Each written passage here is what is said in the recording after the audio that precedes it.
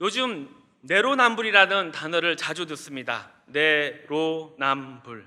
내가 하면 로망, 너가 하면 불륜이라는 뜻이죠. 강자가 약자를 괴롭히는 것은 사실 보통의 또 일상의 현실입니다. 그런데 약자가 혹은 약자의 입장에 있던 자가 더 공감하고 더 잘 보살필 거라 생각하고 동의와 지지를 보내줬더니 웬걸 강자가 했던 것을 똑같이 하고 있는 것입니다. 그래서 더 배신감이 드는 단어입니다. 그런데 이 내로남불을 계속 묵상하다 보니 마태복음 7장 3절의 말씀이 생각나는 것입니다. 어찌하여 형제의 눈 속에 있는 티는 보고 내 눈 속에 있는 들보는 깨닫지 못하느냐. 그래서 내 마음 속에 내로남불은 빙산의 일각이고 그 수면 아래에는 어마어마한 빙산, 아니 빙하가 있는데 그것이 무엇이냐?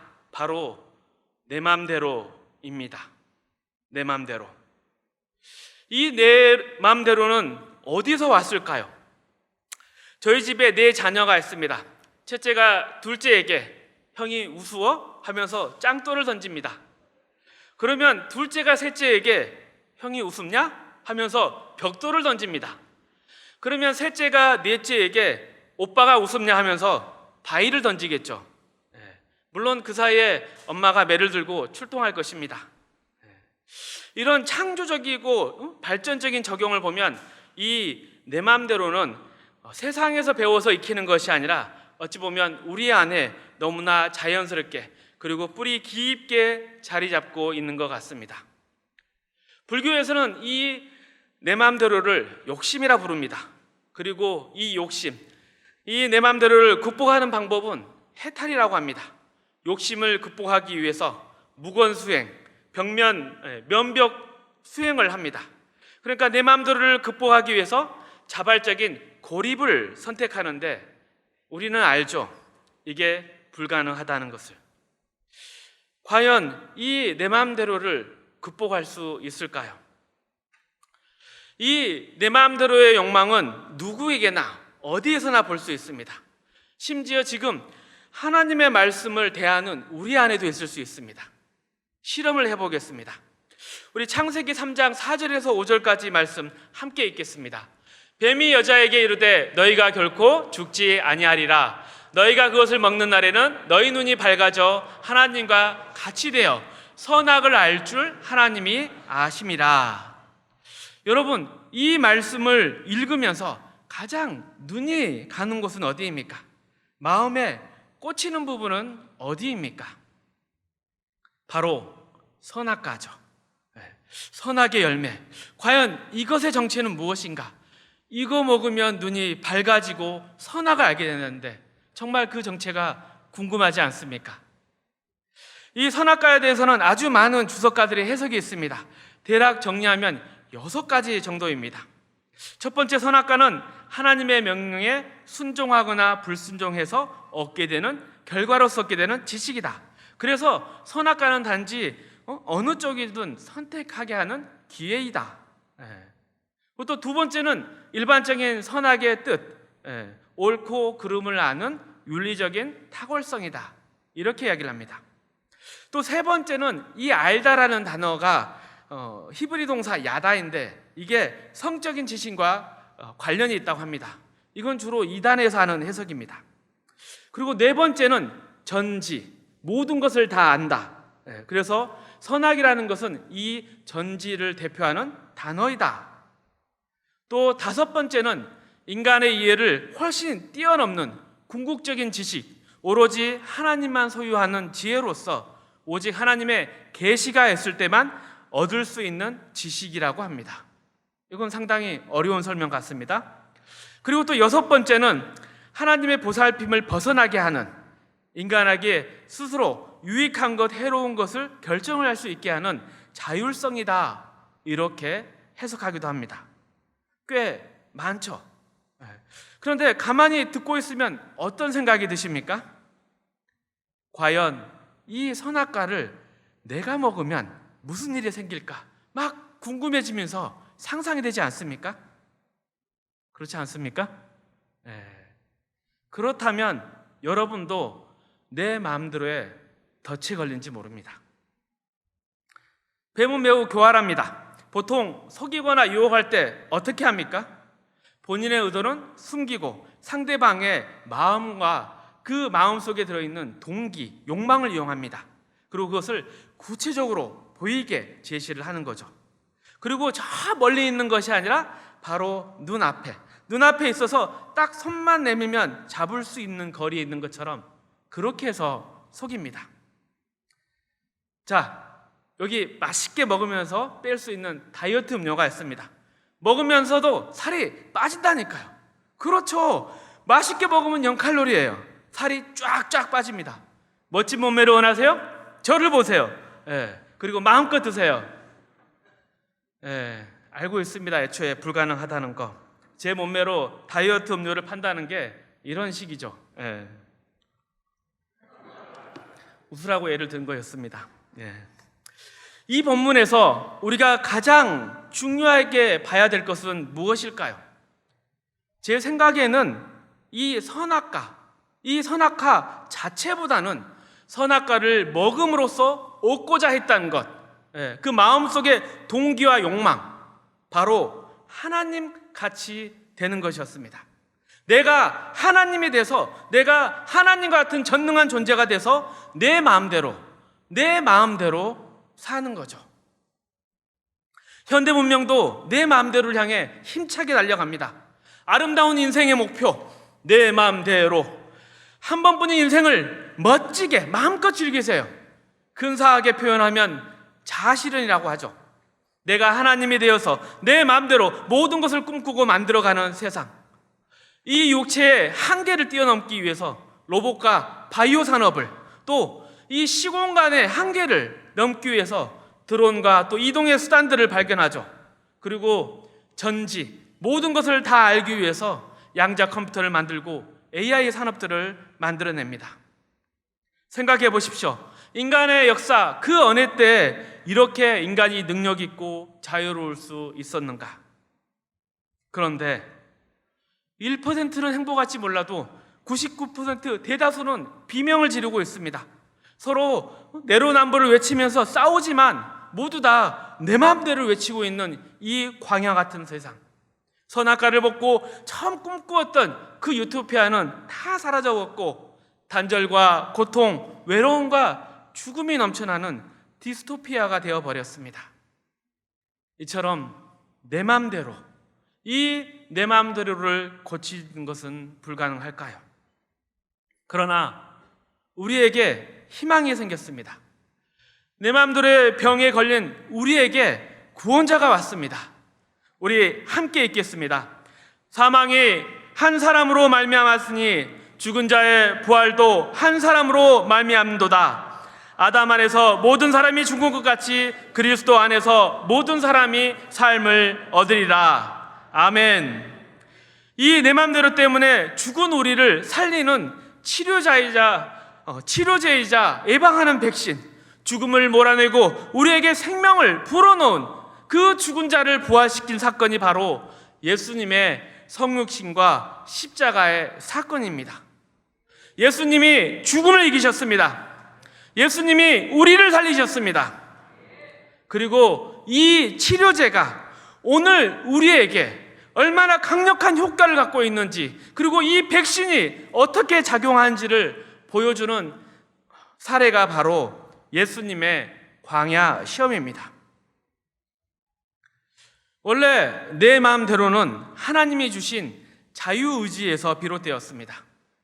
하나님은 우리를 코딩에 의해서 움직이는 깡통 로봇으로 만든 게 아니었습니다. 하나님의 형상을 따라서 하나님의 뜻대로 선택하며 하나님과 함께 교제하며 살 수 있도록, 그리고 이 땅을 생육하고 번성하고 충만하고 정복하고 다스릴 수 있도록 이 자유의지를 주셨습니다. 이런 측면에서 광야의 시험은 이 자유의지를 남용해서 내 마음대로가 아닌 어떻게 하나님의 본래 의도대로 선하게 사용할 수 있는가, 예수님께서 직접 우리의 삶의 자리에서 주인공이 되셔서 보여주시는 사건입니다. 광야 시험에 임하신 예수님. 다들 아시다시피 예수님은 참 하나님이십니다. 동시에 참 인간이셨습니다. 예수님의 구원 사역은 하나님의 뜻이었고 예수님 자신의 선한 자유의지였습니다. 예수님은 우리를 사랑하셔서 하나님의 뜻에 순종하셔서 하나님의 방법대로 우리를 구원해 주시기에 이 땅에 오셨습니다. 예수님은 분명히 하나님의 아들로서 신적인 권능을 가지고 있지만 이를 이용해서 슈퍼맨처럼 우리를 구원한 것이 아니라 선한 자유의지를 통한 사랑의 섬김을 통해서, 즉 자발적 고난과 죽음을 통해서 사람들을 구원하시려는 하나님의 뜻에 철저히 순종하셨습니다. 이러한 예수님의 선한 자유의지를 공격하기 위해서 마귀가 예수님을 유혹합니다. 첫 번째 시험, 하나님의 아들이거든 이 돌들로 떡덩이가 되게 하라. 참 인간이셨던 예수님은 40일 동안 아무것도 잡수시지 않으셔서 줄이셨습니다. 배고프면 먹어야죠. 성경을 봐도 오병이의 기적을 보면 돌을 떡으로 만드는 것 자체는 죄가 아니라고 할 수 있습니다. 그런데 여기에서의 포인트는 뭐냐? 신적인 능력의 행사를 자신을 위해서, 자신의 욕구를 위해서 남용하는데 그 가능성이 있는데 있습니다. 내 마음대로, 자신에게 어떤 욕구나 문제가 생겼을 때 그것을 풀기 위해서 내 마음대로 하라는 욕인 것입니다.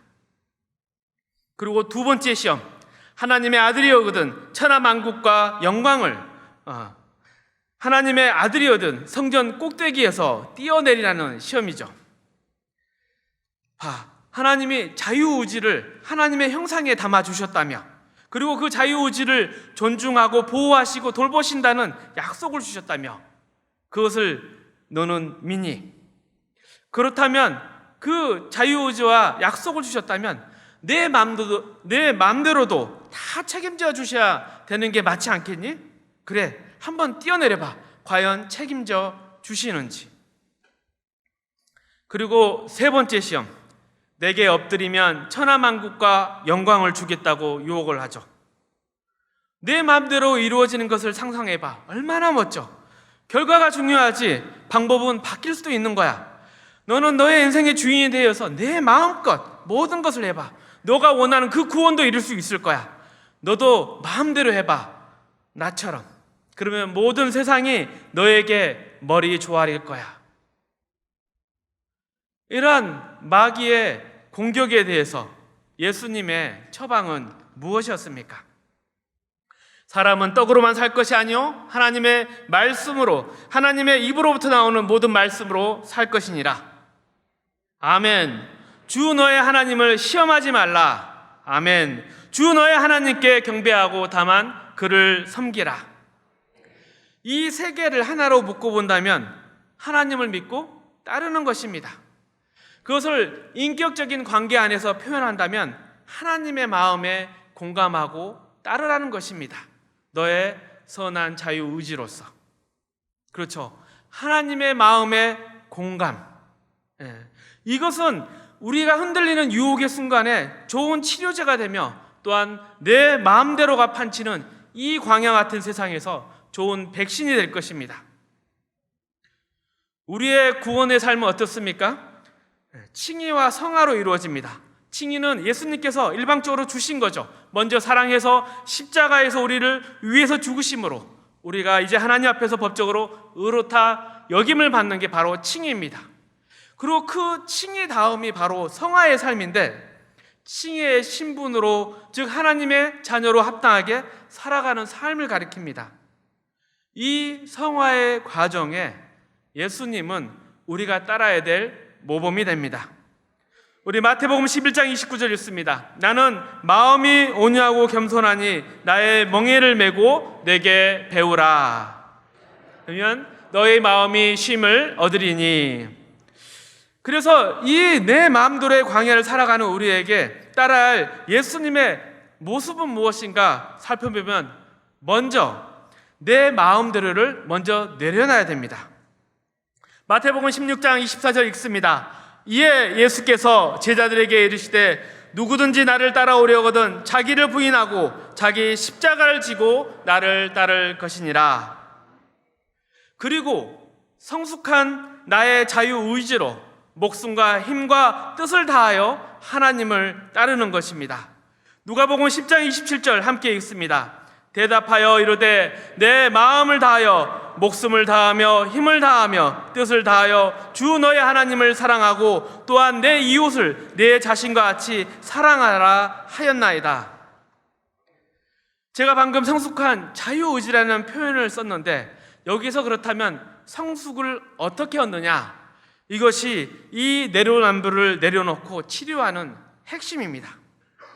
약간 힌트를 주자면 성숙은 공감을 통해서 이루어집니다. 자, 아이를 키운다고 생각해 보십시오. 아이가 성숙한 어른이 되기 위해서, 즉 성숙한 어른이 되기 위해서 무엇이 필요하겠습니까? 자유의지에 관련된 적절한 만족과 적절한 좌절이 필요합니다. 교육과 학자들이 그렇게 이야기를 하죠. 아이를 너무 오냐오냐 키우면 어떻습니까? 버릇이 없어지죠. 아이를 근데 매로만 키우면 어떻습니까? 반항하죠. 튕겨 나가버립니다. 그래서 이 적절한 관계를 만들어가기 위해서 조절이 필요한데 그게 바로 공감입니다. 좀 더 예를 들면 이렇습니다. 안 돼! 하지 마! 이것과 아니야, 그러면 안 돼. 둘의 차이가 느껴지십니까? 첫 번째, 먼저 안 돼! 하지 마! 이것은 딱 이거죠. 바로 고함과 손이 올라가는 거 상상이 되시죠? 근데 뒤에 거 아니야, 그러면 안 돼, 하지 마. 이것은 좀 단호하긴 하지만 그 안에 사랑의 마음을 담아서 아이를 교육하려는 그러한 금지라고 할 수 있습니다. 이런 성숙한 부모의 모델을 보고 아이는 성숙한 어른으로 자라갑니다. 그런데 여기에 인생의 안타까움이 있습니다. 육신의 부모의 한계가 있습니다. 내 아이의 아버지로서 바로 저의 한계. 인생을 더 살고 더 알면 자연스럽게 성숙의 좋은 모델이 되던가요? 제가 그렇더라고요. 좀 더 나은 성숙한 부모가 되어주길 바라지만 더 권위적으로 바뀌어버립니다. 주의 교훈으로 훈계하라. 이것은 어딘가 가버리고 내 말이 법이야. 너는 내 자식이니까 분명히 내 말을 따라야 돼. 이렇게 소리를 칩니다. 그리고 더 가식적으로 변합니다. 애들 앞에서는 내가 한 말처럼 살지 못하면서 밖에서는 세상 거룩한 척 혼자 다 합니다. 그리고 얼마나 더 뻔뻔해지는지 내 맘대로가 안 되면 어떻게 합니까? 무시하고 속이고 핑계대고 어떨 땐 역으로 공격합니다. 너는 뭐가 그렇게 잘났는데. 그리고 나서 나중에 뭐라 합니까? 뒤돌아서 세상 사람 중에, 아니 가족 중에도 내 마음 알아주는 사람이 하나도 없어. 참 인생 헛살았네. 외로운 이 세상. 신태에 한탄을 하지는 않습니까? 참 바울의 고백처럼 내가 죄인 중에 괴수입니다. 내 맘대로의 괴수. 그래서 우리는 예수님이 필요합니다. 어렸을 때뿐만 아니라 오늘도 앞으로도 평생 주님이 필요합니다. 이 내 맘대로를 내려놓고 정말 건강하고 행복하게 하나님의 자녀로 살기 위해서 이 연약하고 부족하고 약하고 어리석은 나를 공감해 주시고 또 붙들어 주시고 인도해 주시는 내 삶의 자리에서 광야 시험을 겪으신 그 예수님이 꼭 필요합니다. 나는 예수님이 필요합니다. 나를 공감하시는 예수님이 필요합니다. 나는 오직 예수만이 필요합니다. 누가 예수님보다 우리를 더 공감해 주시겠습니까? 우리 히브리서 4장 15절 16절 함께 있습니다. 우리에게 있는 대제사장은 우리의 연약함을 동정하지 못하실 리가 아니요 모든 일에 우리와 똑같이 시험을 받으시니로되 죄는 없으시니라. 그러므로 우리가 긍휼하심을 받고 때를 따라 돕는 은혜를 얻기 위하여 은혜의 보좌 앞에 담대히 나아갈 것이니라. 아멘. 우리는 예수가 필요합니다. 공감하는 예수를 붙들고 승리하는 삶을 살기를 원합니다. 예수님은 참 하나님이시며 참 인간이셨습니다. 그래서 우리와 공감하십니다. 우리 함께 자막을 읽어볼까요?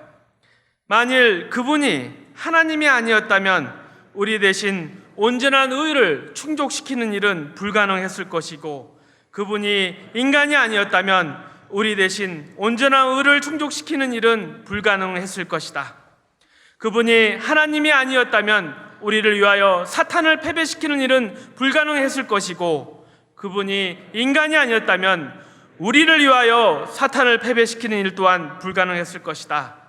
그분이 하나님이 아니었다면 우리를 위하여 하나님의 사랑과 자비를 온전하게 보여주지 못했을 것이고, 그분이 인간이 아니었다면 우리와 같은 죄인들조차 위하시는 하나님의 사랑과 자비를 온전히 보여주지 못할 것이었다. 내 마음대로를 이기는 법, 그것은 공감하시는 주님을 붙잡는 것입니다. 우리 함께 찬양하겠습니다.